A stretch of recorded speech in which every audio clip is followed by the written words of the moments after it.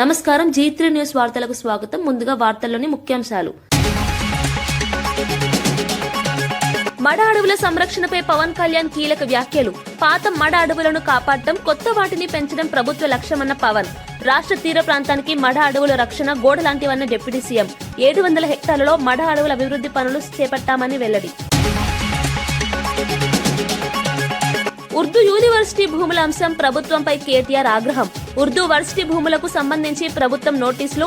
నందినగర్లో విద్యార్థులతో సమావేశమైన కేటీఆర్. కాంగ్రెస్ ప్రభుత్వం సీరియల్ స్నాచర్ గా వ్యవహరిస్తుందని వ్యాఖ్య. సికింద్రాబాద్ గుర్తింపును దెబ్బతీసే కుట్ర జరుగుతోందన్న తలసాని శ్రీనివాస్ యాదవ్. సికింద్రాబాద్ ను ప్రత్యేక కార్పొరేషన్ గా ఏర్పాటు చేయాలన్న తలసాని 11వ తేదీన కీలక సమావేశం నిర్వహిస్తామని ప్రకటన. 17న భారీ ర్యాలీ నిర్వహిస్తామన్న తలసాని. తెలంగాణలో రికార్డు స్థాయిలో వరి పంట పండుతోందన్న మంత్రి ఉత్తమ్. భద్రాద్రి జిల్లాలో 50% రాయితీపై వ్యవసాయ పరికరాలు పంపిణీ. పంటలకు రసాయనాల వాడకంతో ఆరోగ్యం దెబ్బతినే పరిస్థితి ఉందని వ్యాఖ్య. ప్రకృతి వ్యవసాయంపై రాష్ట్ర ప్రభుత్వం దృష్టి సారించింది అన్న మంత్రి ఉత్తమ్ కుమార్. సుజన్ మెడికేర్ నిరుద్యోగ యువతకు ఉపాధి కల్పిస్తోందన్న సీఎం రేవంత్ రెడ్డి. పెట్టుబడులకు లాభం వచ్చేలా ప్రభుత్వ ప్రణాళికలున్నాయని వెల్లడి. రంగారెడ్డి జిల్లా రావిర్యాలలో సుజన్ మెడికేర్ సంస్థ ప్రారంభోత్సవంలో మాట్లాడిన సీఎం రేవంత్ రెడ్డి.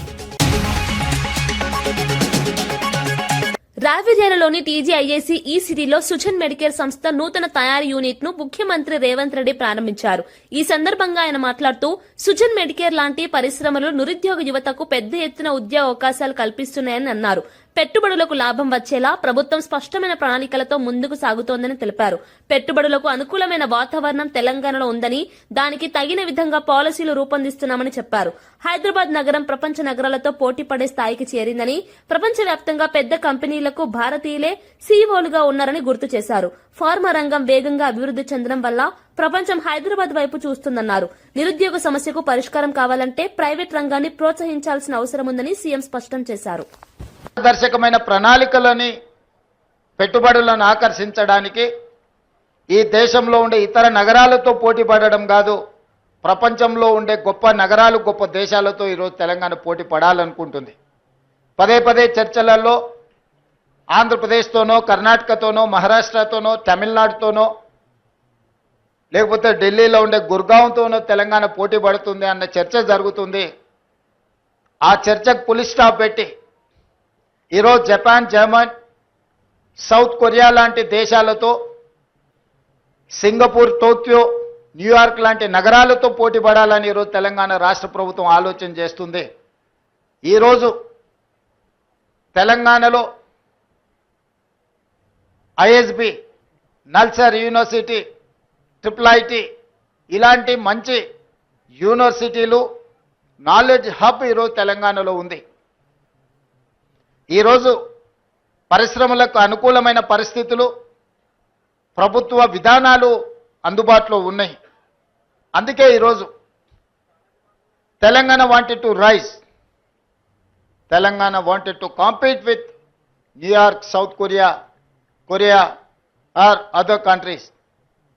అందులో భాగంగా ఈరోజు ఇలాంటి యంగ్ ఎంటర్ప్రెనర్స్ ప్రారంభించే యూనిట్స్ని తెలంగాణ రాష్ట్ర ప్రభుత్వము సంపూర్ణంగా మద్దతు ఇచ్చి ప్రోత్సహించి ప్రభుత్వం నుంచి అవసరమైన అనుమతులను సరైన సమయంలోనే వాళ్ళకి ఇచ్చే విధంగా మీ భూమి మీ హక్కు కార్యక్రమంలో భాగంగా ప్రభుత్వ రాజముద్రతో కొత్త పట్టాదారు పాస్ పుస్తకాల పంపిణీ సందర్భంగా ముఖ్యమంత్రి చంద్రబాబు నాయుడు అధికారులపై తీవ్ర అసంతృప్తి వ్యక్తం చేశారు.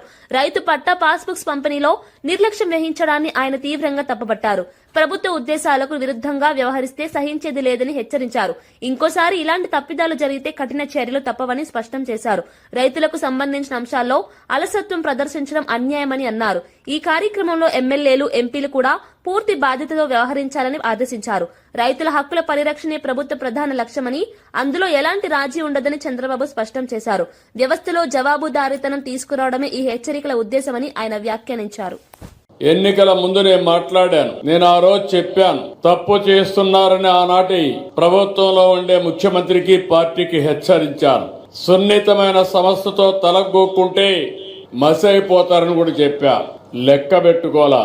అహంకారం కళ్లపైకెక్కి ఎంతవరకు పోయిందంటే మీ తల్లో మీ తండ్రో మీ తాత ముత్తాతలు ఇచ్చిన ఆస్తికి ఆయన ఫోటో వేసుకోవడం ఇది ఎక్కడ చౌర్యం నాకైతే అర్థం కాల. ఇంకో పక్కన మీరు ఒకసారి చూస్తే మీ భూమి మీరు ఆ పొలంలో పోయి చూస్తే అక్కడ రాళ్లన్నీ సర్వే రాళ్లు పెట్టి ఆ సర్వే రాళ్లకు బొమ్మ వేసుకోవడం ఇది ఎక్కడ క్రేజో నాకైతే ఇప్పుడు కూడా అర్థం కావడంలా. ఏంటిది ఈ విచిత్రమైన ఆలోచన విధానం? ఇంకొక పక్కన మీ భూమి కంప్యూటరైజ్ చేసి ల్యాండ్ టైటిలింగ్ యాక్ట్ తీసుకొచ్చాడు, ఒక చట్టాన్ని తీసుకొచ్చాడు. ఆ చట్టాన్ని తీసుకొచ్చి ఆ చట్టానికి అధిపతుల్ని ప్రైవేటు వ్యక్తులు పెట్టారు, గవర్నమెంట్ వాళ్ళు కాదు, ఎంఆర్ఓ కాదు. ఆయనకు నచ్చిన వాళ్ళని పెట్టుకోవడానికి పెత్తనం చేయడానికి ఆయన మనుషులు పెట్టుకున్నాడు. అంటే మీ భూమి ఆయన చేతిలో పెట్టుకుని ఆయన మనుషుల ద్వారా పెత్తనం చేసి మిమ్మల్ని కంట్రోల్ చేయాలనుకున్నాడు. నేను చెప్పి వినకపోతే నేను ఆ రోజు ల్యాండ్ టైటిలింగ్ యాక్ట్ ని పట్టాదారు పాస్ పుస్తకాన్ని దగ్ధం చేసే పరిస్థితికి వచ్చాను. మీరు అందరూ చూసుంటారు. అలాంటి పరిస్థితి తీసుకొచ్చాడు. నేను ఒకే మాట చెప్పాను, ఇంకో పక్క మీ భూములు ఆయన సొంత మనుషులు కంప్యూటర్లో పెట్టుకొని ఎక్కడ అమెరికాలో పెట్టుకున్నారు. ఏం తమ్ముళ్ళు ఊహించారా నేను అడుగుతున్నా. ఒకవేళ గాని ఎలక్షన్ లో తెలుగుదేశం ఎన్డీఏ కూటమి రాకపోయింటే మీ భూములు గోయిందా గోయిందా, అవునా కాదా? ప్రభుత్వ భూములను లాక్కోవడం కాంగ్రెస్ ప్రభుత్వానికి కొత్తేమీ కాదని, రాష్ట్రంలో ప్రభుత్వం సీరియల్ స్నాచర్ గా వ్యవహరిస్తోందని బీఆర్ఎస్ వర్కింగ్ ప్రెసిడెంట్ కేటీఆర్ తీవ్ర విమర్శలు చేశారు. హైదరాబాద్ నందినగర్ లోని తన నివాసంలో మౌలానా ఆజాద్ నేషనల్ ఉర్దూ యూనివర్సిటీ విద్యార్థులతో ఆయన సమావేశమయ్యారు. ఈ సందర్భంగా యూనివర్సిటీకి చెందిన 50 ఎకరాల భూమిపై ప్రభుత్వం చేస్తున్న చర్యలపై చర్చించారు. విద్యా సంస్థల భూములను లక్ష్యంగా చేసుకుని ప్రభుత్వం కుట్రలు చేస్తుందని ఆరోపించారు. విద్యార్థుల భవిష్యత్తుతో ఆడుకోవడం తగదని హెచ్చరించారు. యూనివర్సిటీల అభివృద్ధి కోసం భూములను కాపాడాల్సిన బాధ్యత ప్రభుత్వానిదేనని కేటీఆర్ స్పష్టం చేశారు. ఇలాంటి చర్యలను బీఆర్ఎస్ తీవ్రంగా వ్యతిరేకిస్తుందని తెలిపారు. మౌలానా యూనివర్సిటీలో కూడా నేను ఇవాళ పిల్లలందరికీ చెప్పాను, సరే ఈ గవర్నమెంట్ ఎట్లాగో వీళ్ళు గుంజుకునేటోళ్ళు తప్ప ఇచ్చేటోళ్ళు కాదు, కాబట్టి వాళ్ళకి ఏం చెప్పిన నేనంటే మళ్ళీ తిరిగి 2-2.5 ఏళ్లలో కేసీఆర్ గారి ప్రభుత్వం వస్తది. వచ్చిన తర్వాత ఇదే యూనివర్సిటీలో ఆ ల్యాండ్ లోనే ఎక్స్పాన్షన్ కి కావాల్సిన డబ్బులు కూడా అవసరమైతే స్టేట్ గవర్నమెంట్ నుంచి మేమిచ్చి మీకు అండగా నిలబడతాం. Future expansion also we will take responsibility if the central government does not act. We will add infrastructure, we will come back and we'll stand by the students. And in this fight, I wish them the best. We are with you. We'll raise our voice in all forums. We'll raise our voice in Rajya Sabha where we have representation. We'll also come with you to Delhi if need be. Delhi भी आएंगे और union government से भी सवाल करेंगे कि क्यों कर रहे हो आप ये सब. తీర ప్రాంత భద్రత, పర్యావరణ పరిరక్షణలో మడ అడవుల ప్రాధాన్యత ఎంతో కీలకమని AP deputy CM Pawan Kalyan స్పష్టం చేశారు. రాష్ట్ర అటవీ పర్యావరణ శాఖ ఆధ్వర్యంలో విజయవాడలో నిర్వహించిన మడ అడవుల పెంపుదల, సుస్థిర ఆదాయం అంశంపై జాతీయ స్థాయి వర్క్ షాప్ లో ఆయన ముఖ్య అతిథిగా పాల్గొన్నారు. సముద్రపు అలలు, తుఫాన్లు, ప్రకృతి వైపరీత్యాల నుంచి తీరాన్ని కాపాడే సహజ రక్షణ కవచం మడ అడవులేనని అన్నారు. 1052 కిలోమీటర్ల పొడవైన ఏపీ తీర ప్రాంతానికి ఇవి రక్షణ గోడ లాంటివని పేర్కొన్నారు. గోదావరి, కృష్ణా డెల్టా ప్రాంతాల్లో తుఫాన్ల ప్రభావం ఎక్కువగా ఉండటంతో అక్కడ మడ అడవుల విస్తరణ అత్యవసరమని స్పష్టం చేశారు. పాత మడ అడవులను కాపాడటం, కొత్తగా పెంచడం ప్రభుత్వ ప్రధాన లక్ష్యమన్నారు. మీరు రాజకీయ పరంగా ఏదైనా చేద్దామంటే సంతోషం, అది మీరు ఒక విమర్శ చేయండి, ఇక్కడ అభివృద్ధి బాగలేదు, ఇంకోటి బాగలేదు. కానీ మీరు కులాల మధ్య, మతాల మధ్య గొడవ పెట్టేద్దాం అనుకుంటే వాటిని మెరుగు నేను వ్యక్తిగతంగా చాలా పర్సనల్గా తీసుకుంటాను. ఎందుకంటే I believe firmly in the foundations of our constitution.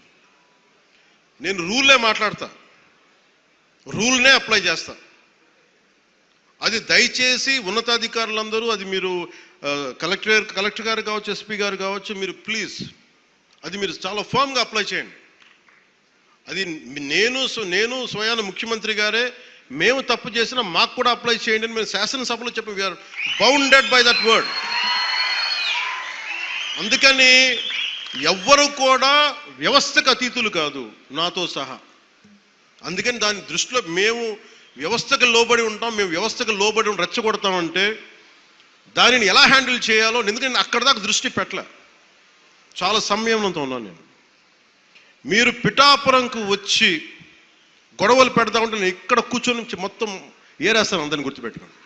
అక్కడ మౌలానా ఆజాద్ నేషనల్ ఉర్దూ యూనివర్సిటీ భూములపై నోటీసులు జారీ చేయడాన్ని నిరసిస్తూ BRS working president KTR Congress ప్రభుత్వంపై తీవ్ర విమర్శలు చేశారు. నందినగర్లో విద్యార్థులతో సమావేశమైన అనంతరం మీడియాతో మాట్లాడుతూ ప్రభుత్వం సీరియస్ నేచర్ గా వ్యవహరిస్తోందని అన్నారు.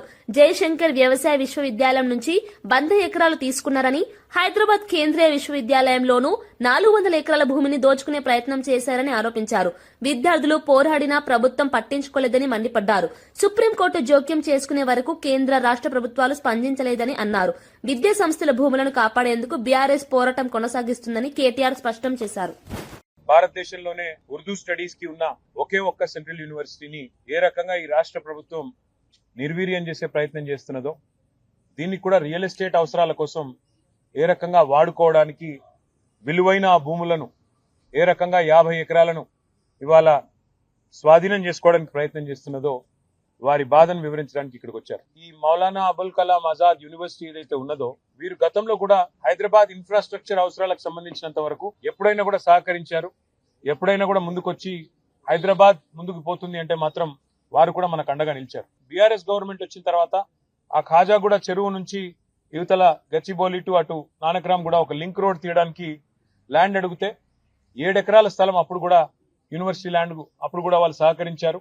అప్పుడు కూడా వారి యూనివర్సిటీ కాంపౌండ్ వాళ్ళు కూడా వెనక్కి జరుపుకొని వారు మనకు రహదారి ఏర్పాటు చేయడానికి అవకాశం ఇచ్చారు. అంటే ఎందుకు చెప్తా ఉన్నానంటే, హైదరాబాద్ నగర విస్తరణకు, హైదరాబాద్ ప్రజల అవసరాలకి, హైదరాబాద్ పురోగమనానికి ఎన్నడూ కూడా యూనివర్సిటీ వ్యతిరేకించలేదు. కానీ ఈ రోజు యూనివర్సిటీ పిల్లలందరూ కూడా ఇక్కడ ఎందుకు వచ్చారు అంటే, అసలు సెంట్రల్ యూనివర్సిటీ వచ్చిందే హైదరాబాద్ కి తెలంగాణ మొదటి దశ పోరాటం తర్వాత. ఇక్కడి విద్యార్థులకు, ఇక్కడి ప్రజలకు ఇచ్చిన హామీల్లో భాగంగా హైదరాబాద్ సెంట్రల్ యూనివర్సిటీని ఏర్పాటు చేశారు. ఆ తర్వాత క్రమంలో మరొక సెంట్రల్ యూనివర్సిటీ మరి అబుల్ కలాం గారి పేరు మీద పెట్టిన మను కూడా పెట్టారు. పెట్టిన తర్వాత ఈ రోజు ఆ విశ్వవిద్యాలయాలకు ఇచ్చిన భూములను తిరిగి వెనక్కి తీసుకుందామనే ప్రయత్నం ఏదైతే ప్రభుత్వం చేస్తున్నదో, ఇది నిజంగా కూడా తీవ్రంగా గర్హించదగ్గది, తీవ్రంగా. భద్రాద్రి కొత్తగూడెం జిల్లా అశ్వరావుపేట వ్యవసాయ కళాశాలలో నిర్వహించిన రైతు మేళా కార్యక్రమంలో తెలంగాణ మంత్రులు తుమ్మల నాగేశ్వరరావు, ఉత్తమ్ కుమార్ రెడ్డి పాల్గొన్నారు. ఈ సందర్భంగా 2 కొత్త వ్యవసాయ పథకాలను ప్రారంభించారు. బీఆర్ఎస్ పాలనలో నిర్లక్ష్యానికి గురైన వ్యవసాయ యాంత్రీకరణ పథకాన్ని మళ్లీ ప్రారంభించినట్లు మంత్రులు తెలిపారు. ఈ కార్యక్రమంలో 350 మంది రైతులకు 1.7 కోట్ల విలువైన యాంత్రీకరణ పరికరాలను పంపిణీ చేశారు. ఆధునిక యంత్రాలతో సాగు వ్యయం తగ్గి దిగుబడి పెరుగుతుందని వారు పేర్కొన్నారు. రైతుల ఆదాయం పెంచడమే ప్రభుత్వ లక్ష్యమని, అందుకోసం సాగునీరు, యాంత్రీకరణ, మార్కెటింగ్ పై ప్రత్యేక దృష్టి పెట్టామని తెలిపారు. వ్యవసాయ రంగాన్ని లాభసాటిగా మార్చేందుకు కాంగ్రెస్ ప్రభుత్వం కట్టుబడి ఉందని మంత్రులు స్పష్టం చేశారు. అని చెప్పి సెంట్రల్ వాటర్ కమిషన్ కేంద్ర ప్రభుత్వం మాకు లిఖిత పూర్వకంగా తెలియజేయడం జరిగింది. మన కాంగ్రెస్ ప్రభుత్వం వచ్చిన తర్వాతనే గోదావరి నదీ జలాలపై గాని, కృష్ణా నదీ జలాలపై గాని మనకి రావాల్సిన లీగల్ రైట్, నీటి హక్కులపై మనం అన్ని విధాలుగా పోరాటం చేసి సమర్థవంతంగా ముందుకు పోతున్న విషయాన్ని మనం చేస్తున్నాం. ఆనాడు కృష్ణా నదీ జలాలు ఆంధ్రప్రదేశ్ కి 66% వాటా, మనకు 34% వాటానే సరిపోతాయని చెప్పి ఆనాటి బీఆర్ఎస్ ప్రభుత్వం లిఖితపూర్వకంగా 10 ఏళ్ల పాటిస్తే, మేము వచ్చిన తర్వాత అది కరెక్ట్ కాదు, క్యాచ్మెంట్ ఏరియా, బేసిన్ పారామీటర్స్ తీసుకొని కృష్ణా నదీ జలాల్లో తెలంగాణ రాష్ట్రానికే 71% వాటా ఇవ్వాలని చెప్పి ట్రిబ్యునల్లో గానీ ఇతర ఫోరంలో గానీ మేం పోరాటం చేస్తున్నాము. కట్టిన ఒక్క ప్రాజెక్టు కూలిపోయిన విషయం మీకు తెలుసు. మేడిగడ్డ, అన్నారం, సుందిల్లా ఏదో పిచ్చి పిచ్చి మాటలు మాట్లాడుతుంటారు. పూర్తిగా డిజైన్ లోపం, నిర్మాణంలో లోపం, మెయింటెనెన్స్ లోపం, బ్యారేజీలో ఆ స్థాయిలో నీళ్లు నింపొద్దు అని చెప్పి నిపుణులు ఇచ్చినా ఆ రోజు ఆ ప్రభుత్వం నిర్లక్ష్యం వహించి అసమర్థత, చేతగానితనం మరితో ఆ బ్యారేజీలు కూలిపోయినాయి. ఏ స్థాయిలో గోదావరి నదీ జలాలపై వాళ్ళు కట్టిన ప్రాజెక్టులు ఏమైనాయో ఈ తెలంగాణ ప్రజానీకం అందరూ కూడా తెలుసుకోవాలని చెప్పి మనం చేస్తున్నాం. సీతమ్మ సాగర్ బ్యారేజ్ గాని, సీతారాం సాగర్ ప్రాజెక్టు గాని పూర్తి స్థాయిలో పూర్తి చేసి ఉమ్మడి ఖమ్మం జిల్లాకి మరి పుష్కలంగా గోదావరి నదీ జలాలు తీసుకొస్తామని చెప్పి సభాముఖంగా మీకు మాటిస్తూ ముగిస్తున్నాను. జై హింద్, జై కాంగ్రెస్. 10 లక్షల ఎకరాలకి గోదావరి జలాలతోటి, పచ్చగా పామాయిల్ తోటి పరవడిల్లాల నా రైతు సోదరులు చిరునవ్వుతోటి వాళ్ళ జీవితకాలం ఏ రకమైనటువంటి లోటు లేకుండా వ్యవసాయం సాగాలనే ఏకైక కోరికతోటి ఆ ప్రాజెక్టుని ప్రారంభించాం.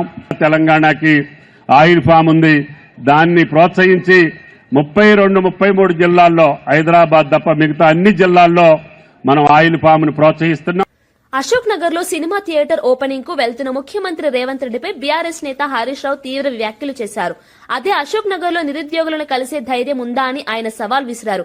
ఎన్నికల సమయంలో రాహుల్ గాంధీతో కలిసి 2 లక్షల ఉద్యోగాలు ఇస్తామని హామీ ఇచ్చారని గుర్తు చేశారు. థియేటర్ పక్కనే ఉన్న సెంట్రల్ లైబ్రరీకి వెళ్లి అక్కడ చదువుతున్న నిరుద్యోగులతో మాట్లాడాలని సూచించారు. ఇటీవల అసెంబ్లీలో శ్రీధర్ బాబు అందరికీ ప్రభుత్వ ఉద్యోగాలు ఇవ్వలేమని చెప్పడం నిరుద్యోగులను నిరాశపరిచిందని విమర్శించారు. జాబ్ క్యాలెండర్ పేరుతో జాబ్లెస్ క్యాలెండర్ ఇచ్చారని భట్టి విక్రమార్కపై కూడా వ్యాఖ్యలు చేశారు. హామీలు అమలు చేయకుండా ప్రజలను మభ్యపెడుతున్నారని హరీష్ రావు మండిపడ్డారు. గవర్నమెంట్ ఉద్యోగాలు ఇస్తామన్నారు. నిన్న అసెంబ్లీలో మంత్రి శ్రీధర్ బాబు గారు చెప్తున్నారు, గవర్నమెంట్ ఉద్యోగాలు ఆడుంటాయి బై, ప్రైవేట్ నౌకరు చేసుకోపోయి అందరి గవర్నమెంట్ ఉద్యోగాలు ఇచ్చి సాధ్యమవుతుందా, ఇది కాదు అని చేతులు ఎత్తేసారు. భట్టి విక్రమార్క గారేమో జాబ్ క్యాలెండర్ అని చెప్పి జాబ్ క్యాలెండర్ పెట్టి జాబ్లెస్ క్యాలెండర్ చేసేసింది దాన్ని. ఇప్పుడు నిన్న మొన్న దిల్సుఖ్ నగర్ లో పిల్లలు పాపం ఏమైనాయి మా 2 లక్షల ఉద్యోగాలు, ఏమైంది మా జాబ్ క్యాలెండర్ అని అడిగితే వాళ్ళ ఈపులన్నీ వాయగొట్టారు. ఇప్పుడేమో ఈయన అశోక్ నగర్ పోయి సినిమా టాకీస్ ఇనాగ్రేషన్ చేస్తారట. నేను రేవంత్ రెడ్డి డిమాండ్ చేస్తున్నా, సరే సినిమా టాకీస్ కు పోతావా, యాడికి పోతావో నీ ఇష్టం, నేను దాని గురించి మాట్లాడా. కానీ అదే అశోక్ నగర్ లో నువ్వు ఇనాగ్రేట్ చేసే సినిమా థియేటర్ పక్కనే అశోక్ నగర్ సెంట్రల్ లైబ్రరీ ఉంది. అక్కడికి వెళ్లి పిల్లలకు ఆనాడు నువ్వు ఏం మాట ఇచ్చినవో, ఎన్ని ఉద్యోగాలు ఇచ్చినవో దాని సంగతి చెప్పు. కూటమి ప్రభుత్వంపై వైఎస్ జగన్ చేస్తున్న ఆరోపణలు పూర్తిగా అసత్యమని మంత్రి ఆనం రామనారాయణ రెడ్డి తీవ్రంగా ఖండించారు. రాజకీయంగా ఉనికిని కాపాడుకునేందుకే జగన్ ఇటువంటి వ్యాఖ్యలు చేస్తున్నారని ఆయన అన్నారు. ప్రజా సమస్యలపై మాట్లాడే స్థితిలో జగన్ లేరని విమర్శించారు. గత పాలనలో జరిగిన తప్పిదాలను కప్పిపుచ్చుకోవడానికి ఇప్పుడు నిందారోపణలు రాజకీయాలు చేస్తున్నారని ఆరోపించారు. కూటమి ప్రభుత్వం ప్రజల సంక్షేమమే లక్ష్యంగా ముందుకు సాగుతోందని, అభివృద్ది కార్యక్రమాలతో ప్రజల్లో విశ్వాసం పెరుగుతోందని తెలిపారు. జగన్ వ్యాఖ్యలకు ప్రజలు ఇప్పటికే తగిన సమాధానం చెప్పారని, ఇకపై కూడా అలాంటి రాజకీయాలకు స్థానం ఉండదని ఆనం రామనారాయణ రెడ్డి స్పష్టం చేశారు. నువ్వేమన్నా మనిషివా? నువ్వు అసలు మానవుడివేనా? మానవ జీవితంలో ఉన్నావా నువ్వు? ఇంత అవామనీయమైనటువంటి చేష్టలు నువ్వు చేస్తూ ఇంకా నా పార్టీ నేను వస్తే అంటున్నావు. ఏడ నువ్వు వచ్చేది? ఎక్కడ వస్తావు? నువ్వు రానియడానికి ప్రజలు సిద్ధంగా లేరు. నువ్వు వస్తే అనేదానికి ట్రయల్ చూడు. ఇప్పుడు 11 నియోజకవర్గాలు రాజీనామా చేసి ప్రయత్నం చేద్దాం. ఇంత సిగ్గుమాలిన వికృతమైనటువంటి రాజకీయ చేష్టలతో ఇవాళ రాజకీయాలు అనేవే అసలు మనం ఎందుకున్నామా అనే పరిస్థితి వస్తుంది. ఇంకొక తరం రాజకీయానికి దూరం అయ్యే పరిస్థితి వచ్చింది. మంచి చేస్తామన్న ఆలోచనలు కూడా మనకు వద్దబ్బా ఈ చెడ పురుగులతో. ప్రసాదంలా కాదు నత్తలు ఉండింది, మీరు నత్తల్లా తయారయ్యారు, జలగల్లా తయారయ్యారు. మీరు జలగలు, ఈ రాష్ట్ర ప్రజానీకాన్ని పట్టి పీడుస్తున్న జలగలు మీరు. ఆ రక్తాన్ని దాగి ఆనందపడుతున్నారు. ఏపీ హోంమంత్రి వంగలపూడి అనిత తిరుమల శ్రీవారిని దర్శించుకున్నారు.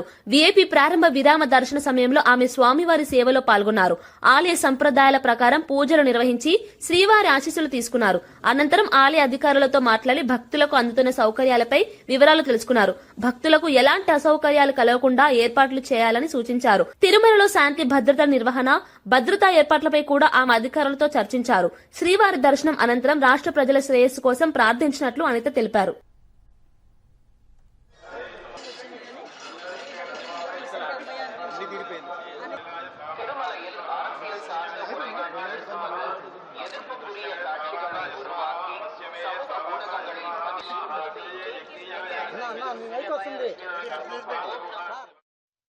సమర్థవంతమైన నిర్వహణతో వైకుంఠ ద్వార దర్శనాలను విజయవంతంగా పూర్తి చేసినట్లు టీటీడీ చైర్మన్ బిఆర్ నాయుడు తెలిపారు. భక్తులకు ఎలాంటి ఇబ్బందులు కలగకుండా అన్ని ఏర్పాట్లు చేసినట్లు చెప్పారు.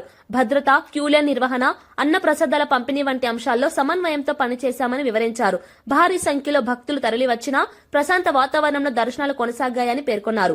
సిబ్బంది, స్వచ్ఛంద సేవకుల కృషితో ఈ కార్యక్రమం విజయవంతమైందని అన్నారు. భవిష్యత్తులో కూడా భక్తులకు మెరుగైన సేవలు అందించడమే లక్ష్యంగా టీటీడీ పనిచేస్తుందని బిఆర్ నాయుడు స్పష్టం చేశారు. ఇదే మొదటిసారి అందుబాటులో ఉన్న 128 గంటల్లో దర్శన సమయంలో 164 గంటలు సామాన్య భక్తులకి కేటాయించడం జరిగింది. 10 రోజుల్లో శ్రీవారి ఉండి ఆదాయం 41,14,00,000 అనే లెక్కలు చూపిస్తున్నాయి.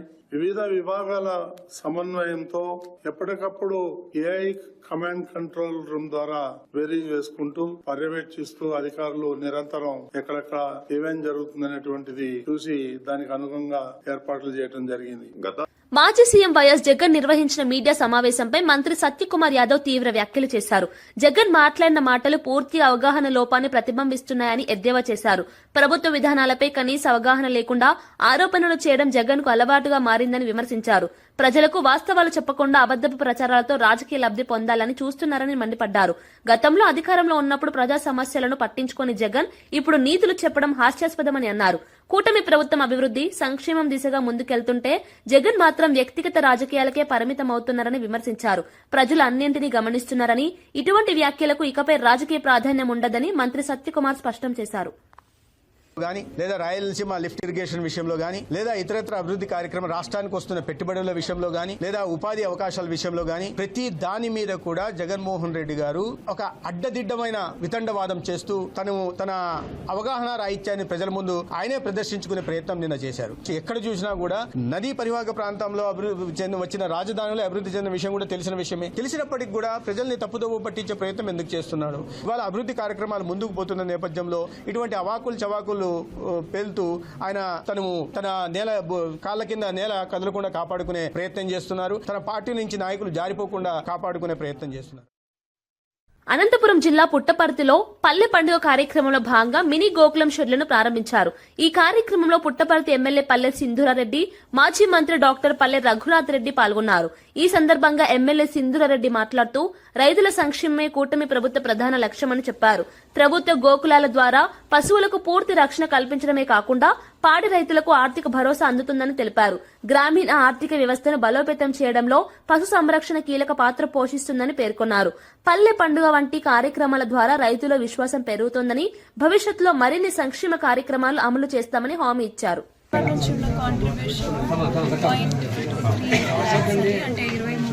మిగతాదంతా కూడా సబ్సిడీ కింద ప్రభుత్వం నుంచి రావడం జరుగుతుంది. ఇలా చాలా మంది ఫార్మర్స్ మంచి కాంట్రిబ్యూషన్ ద్వారా చాలా షెడ్స్ కట్టుకుని అందరూ క్యాటిల్ రేరింగ్ వైపు చూపాలని. రైతులకు సహాయం చేయాలని ఆలోచన చేత గోకులాలు ఇవ్వడం జరిగింది. దాదాపు 230 పైచీలు గోకులాలు శాంక్షన్ చేసినాము. రెండో దశలో కూడా కొన్ని శాంక్షన్ చేయబోతున్నాము. పెమలకుంటపల్లి తాండాలో శంకర్ నాయక్ అనే వ్యక్తికి 2,30,000తో ఈ మంచి క్యాటర్ షెడ్ ఇచ్చాము. ఇది రైతులకు చాలా ఉపయోగకరంగా ఉంటుంది. ఎందుకంటే పశువులు ఉంచుకోవడానికి, దానికి మేత గీత ఇవ్వడానికి, దాన్ని కాపాడుకోవడానికి షెడ్లు చాలా చాలా ఉపయోగపడతాయి. ఒక అదృష్టం ఏమంటే పక్కన నీటి తొట్టు కూడా ఉంది. అది కూడా ఈ మధ్యకాలంలో శాంక్షన్ చేశాము. రైతులకు అన్ని విధాలు ఉపయోగపడే ఆలోచన చేత ఈ స్కీము ఉపాధి హామీ పథకంలో ప్రవేశపెట్టాం. చాలామంది ఉపయోగించుకునేది చాలా సంతోషకరమైంది. ఈ ప్రభుత్వం వచ్చిన తర్వాత ప్రతి ఒక్క విషయంలోనూ రైతులకు ఏ విధంగా సాయం చేయాలి ఆలోచన చేస్తూ వస్తుంది. దానిలో భాగంగానే ఈ క్యాటర్ షెడ్ ఇచ్చినామని సందర్భంగా. గతంలో అవినీతికి పాల్పడ్డదని ఆరోపించిన కేబీసీ కంపెనీకి 400 కోట్ల ప్రాజెక్టులు ఎందుకు ఇచ్చారంటూ సీఎం రేవంత్ రెడ్డిపై విమర్శలు వెల్లువెత్తుతున్నాయి. బీఆర్ఎస్ నేతలు ఈ అంశాన్ని ప్రస్తావిస్తూ ఒకప్పుడు కేబీసీ కంపెనీని కేటీఆర్ బినామీ సంస్థగా పేర్కొంటూ రేవంత్ రెడ్డి తీవ్రంగా విమర్శించారని గుర్తు చేశారు. అప్పట్లో ప్రెస్ మీట్లలో నోటికొచ్చినట్లు మాట్లాడిన రేవంత్ ఇప్పుడు అదే కంపెనీకి భారీ ప్రాజెక్టులు ఇవ్వడం ఏమిటని ప్రశ్నించారు. రాజకీయ ప్రయోజనాల కోసమే అప్పట్లో ఆరోపణలు చేశారా, లేక ఇప్పుడు మౌనంగా ఉండటానికి కారణాలున్నాయా అంటూ విమర్శకులు నిలదీస్తున్నారు. ఈ వ్యవహారంపై ప్రశ్నలపై సీఎం స్పష్టమైన సమాధానం చెప్పాలని డిమాండ్ చేస్తున్నారు. ప్రభుత్వ పారదర్శకతపై అనుమానాలు తలెత్తుతున్నాయని ప్రతిపక్షం ఆరోపిస్తుంది. Address 3/308 YMR colony, Proddatur, Kadapa. ఇది దీని అడ్రస్. కేసీ పుల్లయ్య కంపెనీ కేటీఆర్తో చేరంగానే కేపీసీ ప్రాజెక్ట్స్ లిమిటెడ్ అయింది. దీని రిజిస్టర్డ్ అడ్రస్ విజయవాడ, దీన్ని నమోదు చేసుకున్న అడ్రస్సు ప్రొద్దుటూరు, కడప జిల్లా. అతని పేరు అనిల్ కుమార్ కామిశెట్టి.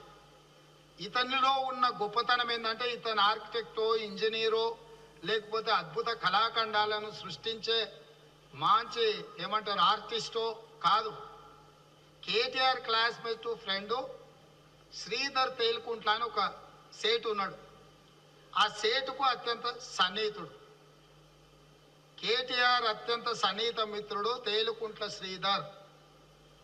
ఆ తేలుకుంట్ల శ్రీధర్కు కావాల్సినోడే అనిల్ కుమార్ కామిశెట్టి. ఆ శెట్టి ఈ శెట్టి కలిసి ఒక వ్యూహాన్ని చేసి ఈ టెండర్ దక్కించుకున్నారు. కేసీ పుల్లయ్య ఒకప్పుడు ఈయన పేరు. సో ఇట్లా ఆ వ్యూహం ఈ వ్యూహం రచించి రేవంత్ రెడ్డి గారు కథలు చెప్పి కాంట్రాక్టులు వచ్చిందాన్న కూడా కేటీఆర్కి ముడిగట్టి ఇగో కేటీఆర్ గారి బినామీ, కేటీఆర్ గారి స్నేహితులకు స్నేహితులు అని తలా తోక లేకుండా స్క్రిప్టులు రచించి ఆ స్క్రిప్టులను ఇవాళ కూడా ఇప్పటికీ కూడా ఎవరన్నా ఇక కేటీఆర్ గారి మీదనో కేసీఆర్ గారి మీదనో బురద జల్లాలనంటే ఆ రేవంత్ రెడ్డి గారి లైబ్రరీ నుంచి ఆ స్క్రిప్ట్ ఉంది కదా, ఆ స్క్రిప్ట్ని బయటికి తీయండి అని లేటెస్ట్గా ఇవాళ కూడా వాడుతున్నారు. ఇవాళ ఈరోజు దీన్ని చెప్పడానికి కారణం ఏంటంటే ఇగోండి ఇదే ఆ అనిల్ కుమార్ కామిశెట్టి గారు. పక్కన కేటీఆర్ గారు కాదు కదా వీరు, అనుముల తిరుపతి రెడ్డి గారు. రేవంత్ రెడ్డి గారి సోదరులు అనుముల తిరుపతి రెడ్డి గారితోని రేవంత్ రెడ్డి గారు అన్న కేపీసీ ప్రాజెక్ట్స్ యొక్క యజమాని. మరి కేటీఆర్ గారి బెనామీ అయితే, కేటీఆర్ గారి సన్నిహితులైతే తిరుపతి రెడ్డి గారితో ఇంత సాన్నిహిత్యంగా ఉన్నారేంటిది? కథ ఏంటిదంటే విజయవాడ ఇంద్రకీలాద్రిపై కొలువై ఉన్న శ్రీ కనకదుర్గమ్మను అవధూత దత్త పీఠాధిపతి గణపతి సచ్చిదానంద స్వామి దర్శించుకున్నారు. ఆలయానికి చేరుకున్న స్వామికి ధర్మకర్తల మండలి చైర్మన్ బొర్రా రాధాకృష్ణ, కార్యనిర్వహణాధికారి వికే సీనానాయక్ ఘన స్వాగతం పలికారు. అనంతరం స్వామి అమ్మవారిని దర్శించుకుని ప్రత్యేక పూజలు నిర్వహించారు. ఈ సందర్భంగా ఆలయ ఆచారాలు, సంప్రదాయాల గురించి అధికారులు వివరించారు. స్వామి అమ్మవారి ఆశీస్సులతో ప్రజలందరికీ శాంతి, శ్రేయస్సు కలగాలని ఆకాంక్షించారు. స్వామి దర్శనంతో ఆలయ ప్రాంగణ భక్తులతో నిండిపోయింది. ఈ కార్యక్రమం భక్తుల్లో ఆధ్యాత్మిక ఉత్సాహాన్ని పెంచింది. అమ్మవారు అన్ని విఘ్నాలు నివారణ చేయటానికి, ప్రపంచానికే మంచిది చేయటానికి కృష్ణా నదీ తటకంలో ఉండేటువంటి జగన్మాత ఈ ఇంద్రకీలాద్రి పర్వతంలో ఆ జగన్మాత వెలసింది. అందరి కోరికలు తీర్చటానికి, అందరి యొక్క బాధలు తీర్చటానికి, అందరి యొక్క రోగాలను తీర్చటానికి, మన ప్రపంచమంతా కూడా క్షేమంగా ఉండాలని చెప్పి, మన ఆంధ్రప్రదేశమే కాక సమస్త లోకం కూడా బాగా ఉండాలని ఆ దుర్గా పరమేశ్వరి అమ్మవారు ఆ దుర్గా రూపంతో అందరి కష్టాలు నివారణ చేస్తూ వాళ్ళ యొక్క శరీరాలకు కూడా ఆరోగ్యాన్ని ఇస్తూ ప్రజలకు, ప్రజాప్రతినిధులకు అందరికీ కూడా వాళ్ళ రంగాల్లో వాళ్ళ అభివృద్ధితో వాళ్ళ పనులు వాళ్ళు చేసుకుంటూ అభివృద్ధిని పొందాలని చెప్పి ఆ జగన్మాత అమ్మవారు కృష్ణానది దగ్గరే మనకు ఉండటం, ఈ యొక్క ఇంద్రకీలాద్రి పర్వతం పైన అందరూ కూడా ఎన్నో ప్రపంచంలో ఉండే వాళ్ళందరూ కూడా ఆ దేవతా భక్తులందరూ కూడా ప్రధానంగా విష్ణు భక్తులు అందరూ కూడా అమ్మవారి యొక్క ఆ శివుడి రూపంతో ఉండినటువంటి జగన్మాతను అందరూ దర్శించుకుంటున్నారు. మరి భవానీ మాల అనే ధారణ వ్రత దీక్ష కూడా నేను ప్రారంభం చేసిన జ్ఞాపకం నాకు ఇప్పుడు వస్తున్నది. నాకు ఎన్నో ఏళ్ల కిందట వాళ్ళు కూడా ఇంకా ముందు తీవ్రతగా ఆ వ్రతాన్ని చేస్తున్నారని తెలిసి చాలా సంతోషపడ్డాను. చాలా సంతోషం. అమ్మవారు వాళ్లకు, ఈ భవానీ వ్రతం వాళ్లకు అందరికీ మంచి చేయని. వార్తలు ముగించే ముందు ముఖ్యాంశాలు మరోసారి. మడ అడవుల సంరక్షణపై పవన్ కళ్యాణ్ కీలక వ్యాఖ్యలు. పాత మడ అడవులను కాపాడటం, కొత్త వాటిని పెంచడం ప్రభుత్వ లక్ష్యమన్న పవన్. రాష్ట్ర తీర ప్రాంతానికి మడ అడవుల రక్షణ గోడ లాంటివన్న డిప్యూటీ సీఎం. 700 హెక్టార్లలో మడ అడవుల అభివృద్ధి పనులు చేపట్టామని వెల్లడి. ఉర్దూ యూనివర్సిటీ భూముల అంశం ప్రభుత్వంపై కేటీఆర్ ఆగ్రహం. ఉర్దూ వర్సిటీ భూములకు సంబంధించి ప్రభుత్వం నోటీసులు. నందినగర్ లో విద్యార్థులతో సమావేశమైన కేటీఆర్. కాంగ్రెస్ ప్రభుత్వం సీరియల్ స్నాచర్ గా వ్యవహరిస్తుందని వ్యాఖ్య. సికింద్రాబాద్ గుర్తింపును దెబ్బతీసే కుట్ర జరుగుతోందన్న తలసాని శ్రీనివాస్ యాదవ్. సికింద్రాబాద్ ను ప్రత్యేక కార్పొరేషన్ గా ఏర్పాటు చేయాలన్న తలసాని 11వ తేదీన కీలక సమావేశం నిర్వహిస్తామని ప్రకటన. 17న భారీ ర్యాలీ నిర్వహిస్తామన్న తలసాని. తెలంగాణలో రికార్డు స్థాయిలో వరి పంట పండుతోందన్న మంత్రి ఉత్తమ్. భద్రాద్రి జిల్లాలో 50% రాయితీపై వ్యవసాయ పరికరాలు పంపిణీ. పంటలకు రసాయనాల వాడకంతో ఆరోగ్యం దెబ్బతినే పరిస్థితి ఉందని వ్యాఖ్య. ప్రకృతి వ్యవసాయంపై రాష్ట్ర ప్రభుత్వం దృష్టి సారించింది అన్న మంత్రి ఉత్తమ్ కుమార్. సుజన్ మెడికేర్ నిరుద్యోగ యువతకు ఉపాధి కల్పిస్తోందన్న సీఎం రేవంత్ రెడ్డి. పెట్టుబడులకు లాభం వచ్చేలా ప్రభుత్వ ప్రణాళికలున్నాయని వెల్లడి. రంగారెడ్డి జిల్లా రావిర్యాలలో సుజన్ మెడికేర్ సంస్థ ప్రారంభోత్సవంలో మాట్లాడిన సీఎం రేవంత్ రెడ్డి. ఇవి ఈనాటి వార్తా విశేషాలు. మరో బులెటిన్ లో మళ్ళీ కలుద్దాం. నమస్కారం.